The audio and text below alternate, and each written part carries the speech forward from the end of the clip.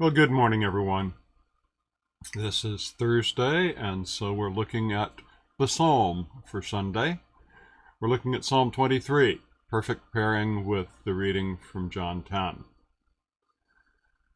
The Good Shepherd. You probably know this psalm. The Lord is my shepherd, I shall not want. He maketh me to lie down in green pastures. He leadeth me beside the still waters.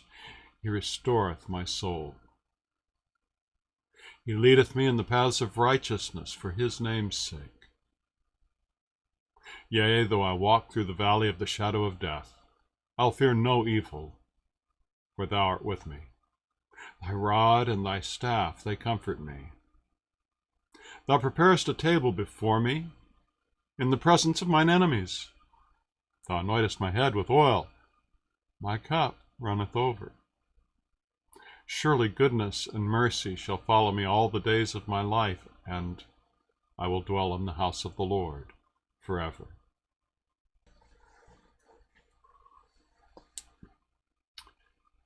I am of an age, maybe you are as well, where my childhood experience included the importance of memorizing Scripture, either as a task to complete for Sunday school or one that was expected of us by parents or grandparents, or both.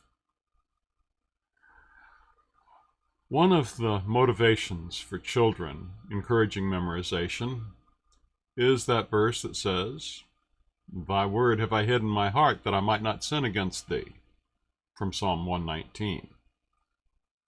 And one of the motivations for parents to expect this task of their children is another verse, "Train up your child in the way they should go, and when they're old, they'll not depart from it," from Proverbs 22. Psalm 23 is one of those that I memorized as a child. Now, memorization is a task more easily accomplished by some than by others.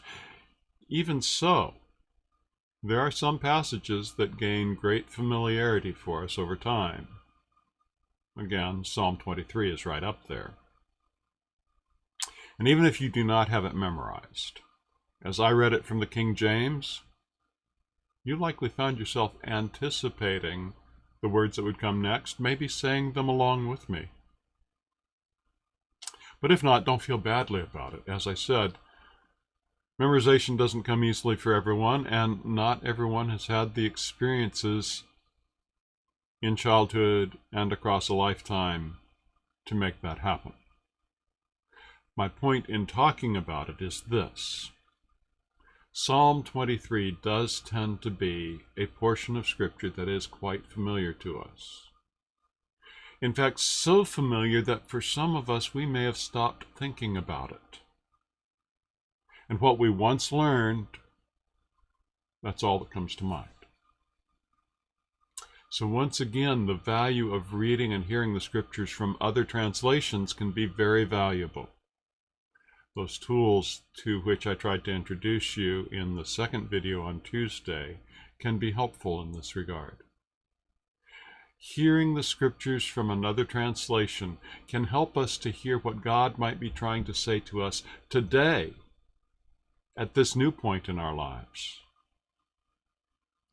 So as I read it again, this time from the Open English Bible, be thinking, what does the passage say or suggest about Jesus? What does it teach us about grace? And where does it push us? Where does it inspire us to learn something new? Where does it challenge us, motivate us to move in some new direction? Psalm 23 from the Open English Translation. The Lord is my shepherd. I'm never in need. He lays me down in green pastures. He gently leads me to waters of rest. He refreshes my life. He guides me along paths that are straight, true to his name. And when my way lies through a valley of gloom, I fear no evil, for you are with me. Your rod and your staff comfort me. You spread a table for me in the face of my foes. With oil you anoint my head. My cup runs over. Surely goodness and love will pursue me all the days of my life. In the house of the Lord I will live through the length of days.